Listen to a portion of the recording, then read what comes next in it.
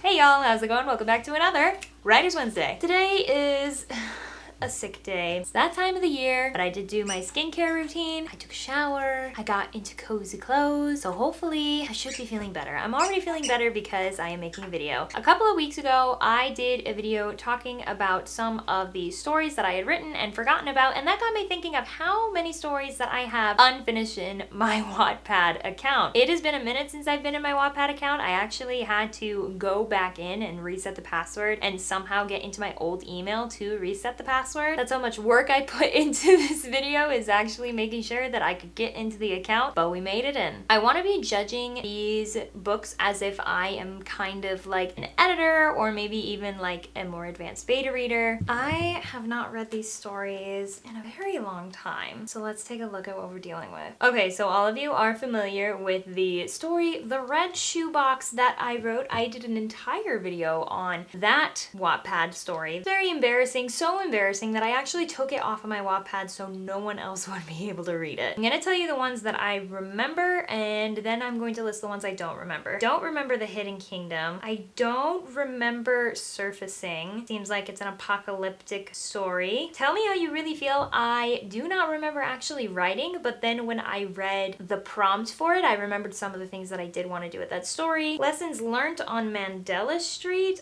I have no idea. The Guardian Angel. And those are the ones that are specifically unfamiliar to me. The ones that are familiar to me: Georgia Dream, The Haystack. I don't know why I called it The Haystack. That's a really stupid title. Foretold Souls, Invention Apocalypse, first book titled Survivors, and the second one titled Stragglers. Let me see if any of these are published. Oh gosh, I hope not. It looks like Georgia Dream was published and read by 16 people. At least 16 people saw it.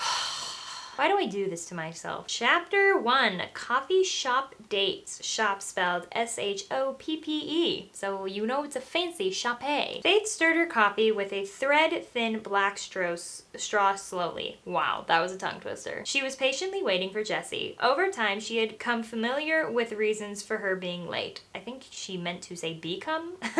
had become familiar. She checks her wristwatch again. Okay, so we're switching past tense and present tense, I see. The bell to the front rang with a soft whistle, and Faith peered through her reading glasses to see Jessie, in a rush as usual. She smiled seeing Ellie order a lemon tea. Basically, the only thing she was conservative in was drinks. Does it catch my interest? I feel like it's a very quirky sounding book, kind of has a little bit of personality. I obviously think that it is not very well written, but the initial waiting for the friend thing was kind of interesting, I guess, but a little cliche. Do you remember the main plot, and was it good? I think it was good. Very chick flicky. Basically what I was going for with this story is I actually based it on myself and one of my friends, Caden, one of my very dear friends, Caden, that I grew up with in high school, and we used to go to coffee shops all the time. I guess I just wanted to write a small story about her and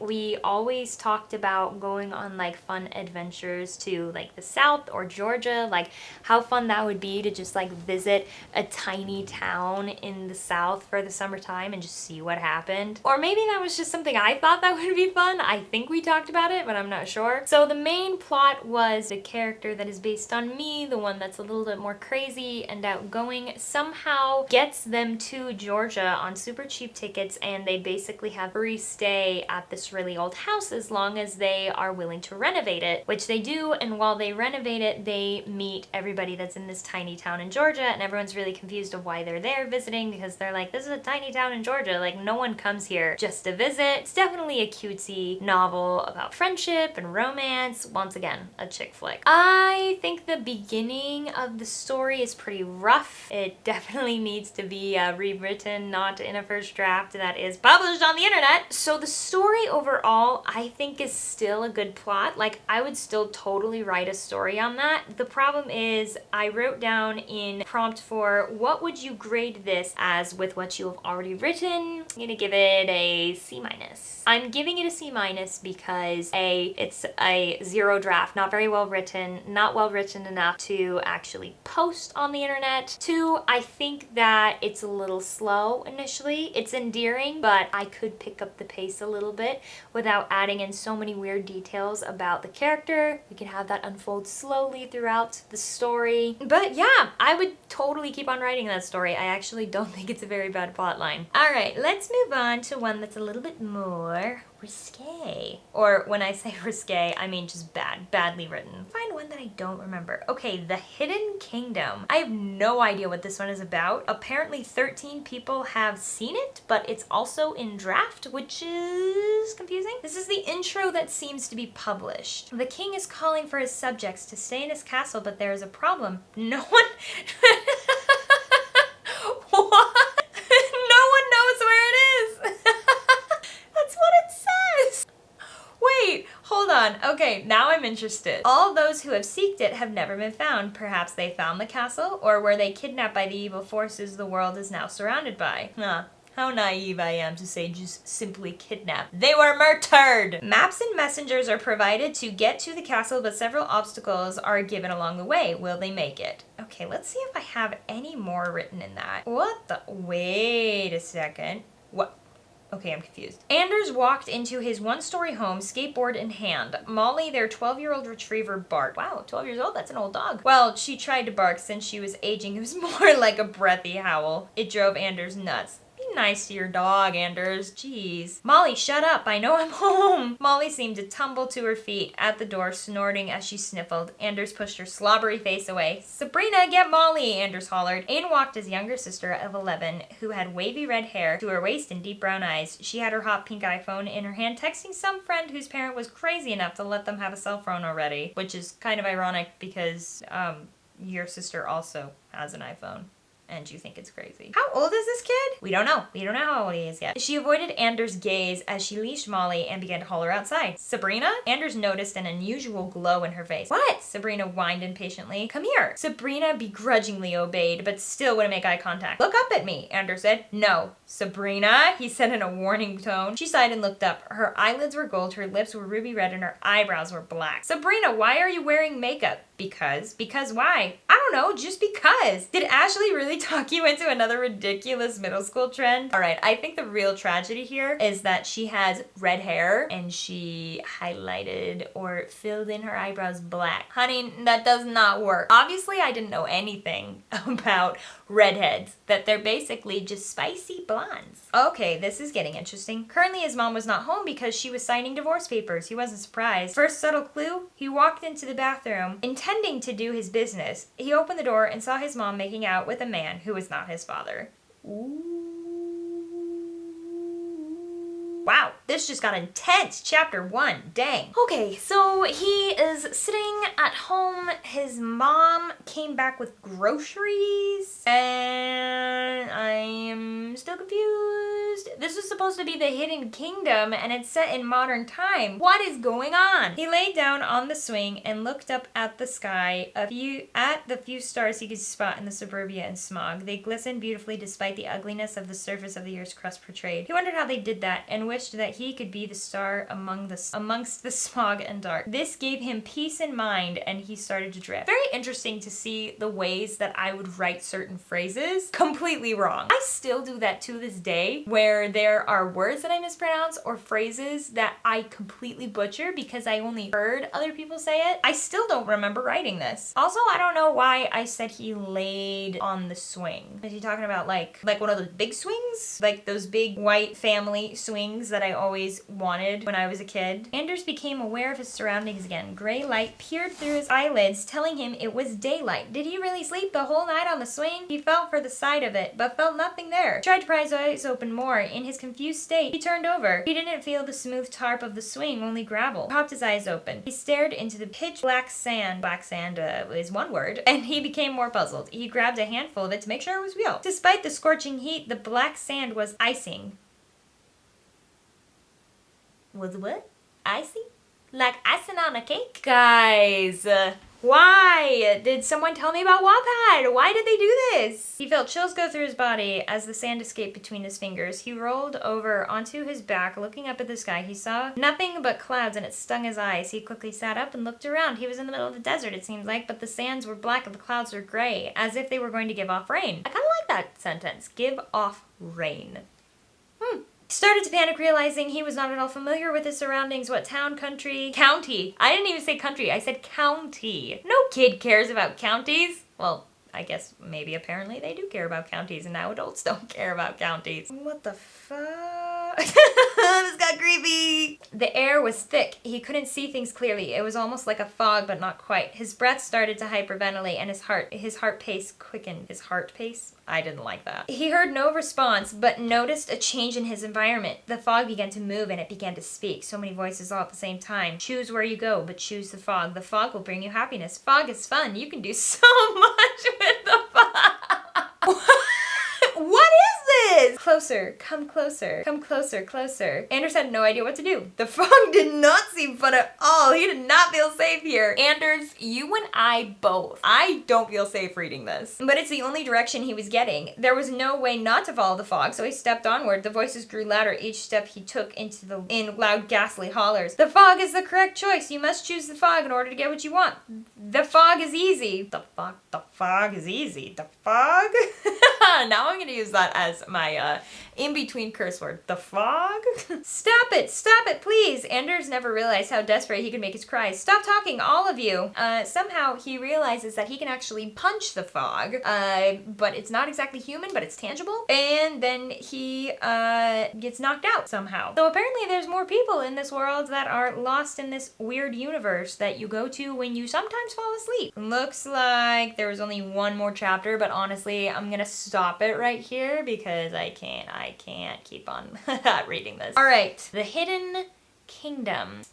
Extremely misleading. I don't remember writing this whatsoever. This definitely looks like my writing. I feel like when I was in high school I would write something like this. But yeah, I don't know where I was going with it. I think is that all of these different people are in limbo and the only way to get out of limbo is to find the hidden castle. Maybe there's a king that invites them later. Somehow their entire high school ended up in this place, which is also very confusing to me. I think the only reason it initially caught my interest was because confusion. I don't really understand why I was trying to make it a medieval theme when it quite obviously is something very different. So I think that I just wasn't really certain about what genre I wanted to do it in. I don't remember the main plot at all. I guess that this story, as far as what I'm going to grade it as, honestly, I'm gonna give this an F. I'm gonna give it an F. It's not good. It's really not good. It doesn't give any sort of direction. It's just really confusing. And I understand that maybe I wanted to make it that way because the character was confused, but once again, like, there's literally no context rather than like his personal life. And I don't preface any of the other characters that are in there. I'm actually gonna write this down. Georgia Dream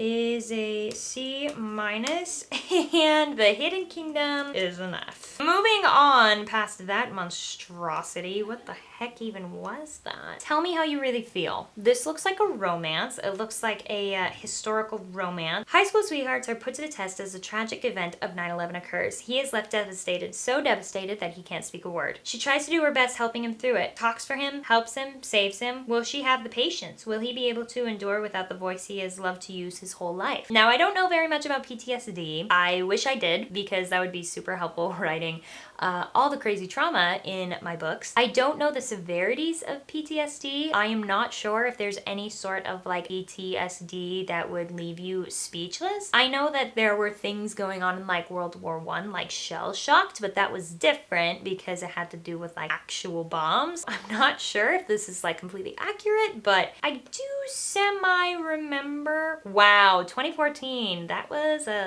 7 years ago. Andy fluttered her eyes and her neck felt tweaked from falling asleep in the chair next to her bed. She noticed she still had clutched his cold hand through the night. She didn't let go and used her free hand to rub her tired eyes. There he was asleep. She couldn't tell if he was in pain or not. She prayed he wasn't hurting. With a sigh, she began to speak. "Good morning, Tom. It's a pretty clear sky, and I think you should know there were more hijacked planes.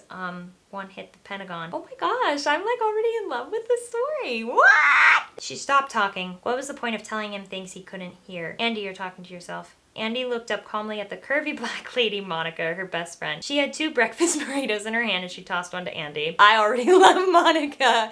I want to be best friends with Monica. Have you been waiting for me? Andy asked concerned. Oh, hell no. Monica scoffed. I fell asleep by myself. I see. Andy smiled as she took another chomp. Andy, you best go home. There isn't much you can do here. I can wait. Not even the doctors know when he will wake up. Monica realized she said the wrong thing when Andy glared. Monica looked down at her hot pink Crocs. Yes, Monica, wearing your hot pink Crocs. Andy, just come home. I'm worried about you. Andy looked at Monica, back to Tom. I can't leave him. He's never left my side. I can for once stay by him. Okay, so I think that first part was meant to be like a prequel, and I really liked it. Oh my gosh. I have more of this. Ooh, I think I want to read more of this later. Once again, I want Monica to be my best friend. I know she's not real. I know that I made her up in my brain, but I want her to be real, and I want to be best friends with her. All right, so I'm gonna stop right there with that guy. Honestly, I really like this one. I don't know if I'll ever keep on writing it. Obviously, it has a lot of work that needs to be done, a lot of research, all that good stuff. But in general, let's go through the prompts. Definitely caught my interest initially because it started in such an interesting way where you are already aware that, oh no, something has happened to Tom. Yes, Tom is his name.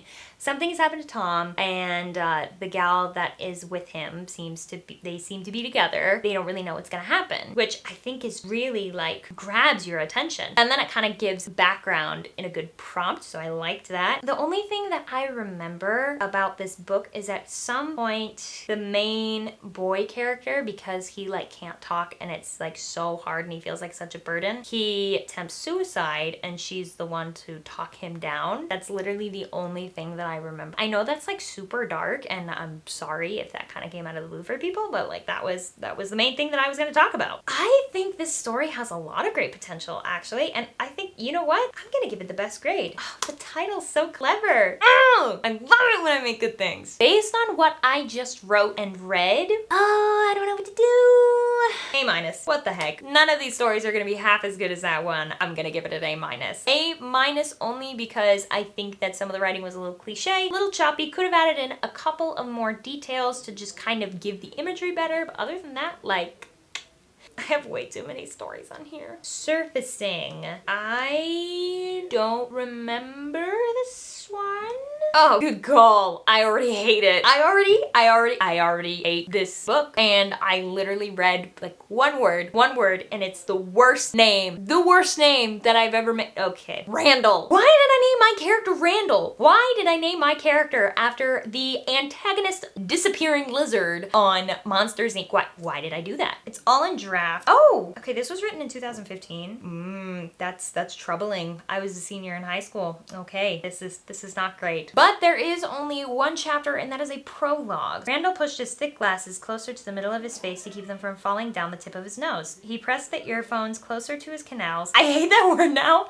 I've used that word so many times in my old writing, and I don't know why, but it's like the word moist to me. Canals? Stanley was leaned back in a roller chair, eating his ham sandwich. He was on break. He noticed the intent in Randall's eyes as he scanned the equipment. Give it a rest now, will you, mate? Are we in Australia? Haven't had any activity since last week. I doubt there's anything up there. You heard the static yourself last week. Yeah, spelled Y-E-H. Not just anything can make static noise. True, but so many things can make static. Like an old radio or satellite. We've been here for 3 months. We need to find something soon or this project is gonna shut down. Don't talk like that. Randall pushed the volume dial higher. Just being honest, mate. I sure can tell, Stanley noticed an edge in Randall's voice. Concerned, he stood from his chair and walked over to where Randall sat. He clamped a reassuring hand on Randall's shoulder. That's supposed to say clasp? Hey, buddy. Don't get yourself worked up, okay? Stanley spoke softly. Randall slouched his shoulders into feet as he slid the earphones to rest on the back of his neck. He ran his hand through his stringy curls of hair. Who knows? Maybe it's better we aren't hearing anything up there, right? No news is good news, eh? Randall shrugged his shoulders to wean Stanley's hand off of him. I kind of like that, to wean him off. Just, yeah. No news is simply no news, and I want news. He took the headphones off and set them on the tabletop. Randall, did you ever consider that maybe let down here is better than up there? Randall straightened his back and looked at Stanley as if he was absurd. Sorry? Come on now, we don't know what's up there. 300 years ago was the end of the world. How are we supposed to think things are better? It may just be gone. Stanley stood from his seat. You are doubting all of my bloody life's work just because you're afraid? Aren't you afraid? Of course I am, but fear is not going to stop me from what will be a worldwide phenomenon. The end. I have no idea where I was going with that story, but it's not bad. I think that this definitely represents a little bit more accurately of like where my writing is. I mean, I'm better now than I am here, but when I start a zero draft, this is what most of them sound like. I honestly love that they're Australian. I definitely made them Australian from the looks of it. I think that there was a good dynamic between the two characters. I honestly kind of want to know more about them and where they come from. I want to know, are they the last two people alive? Is there like a community that they have to take care of? And I think I accidentally recycled Randall's character in my trilogy. So that's awesome. I'm glad to see that he was kind of already in the back of my subconscious before I actually created the character that he's based on. There isn't a lot to go off of, but I did enjoy reading it a lot. There was already some sort of conflict, which was nice. So let's go back. I think I'm gonna give it an A. And I know that's crazy that I am putting it above Tell Me How You Really Feel, but the writing is just so much more interesting and there's a lot more imagery. Even though there's not a lot of imagery, it's better. Definitely caught my interest. Even though I don't remember it, I mean, it seems really good. Wow, that's weird that I gave one of them an A. I am going to save some of these for later. Lessons Learned on Mandela Street, The Haystack, Guardian Angel, Foretold Souls, and then the two books that apparently I was going to make a series off of. And I actually do know this story very well because it's based on my middle school friends once again. Down at the bottom, we've got The Hidden Kingdom is a straight up F. Georgia Dream is a C-. Tell Me How You Really Feel, A-. Surfacing is an A. While it was small, it was mighty and had a lot of potential. You know what? Maybe I'll write a short story on it. That's a good idea. That went better than I expected it to. I'm happy that I was able to actually go through it and see how much I've grown with it, and also to realize that maybe I haven't been a horrible author this whole time. I've had not great ideas, or I haven't been able to completely write those ideas through, but this gives me a little bit of hope. Hopefully these are like the part of the 1 million words that I have to write in order to write something that's worth publishing. Thanks so much for joining me tonight, you guys. If you enjoyed this video, make sure to give it a thumbs up, and if you are interested to see about my main Wattpad story that I actually completely finished and published online and me reviewing it, you can go check out this video right here. Sayonara, you guys, and I will see you next week.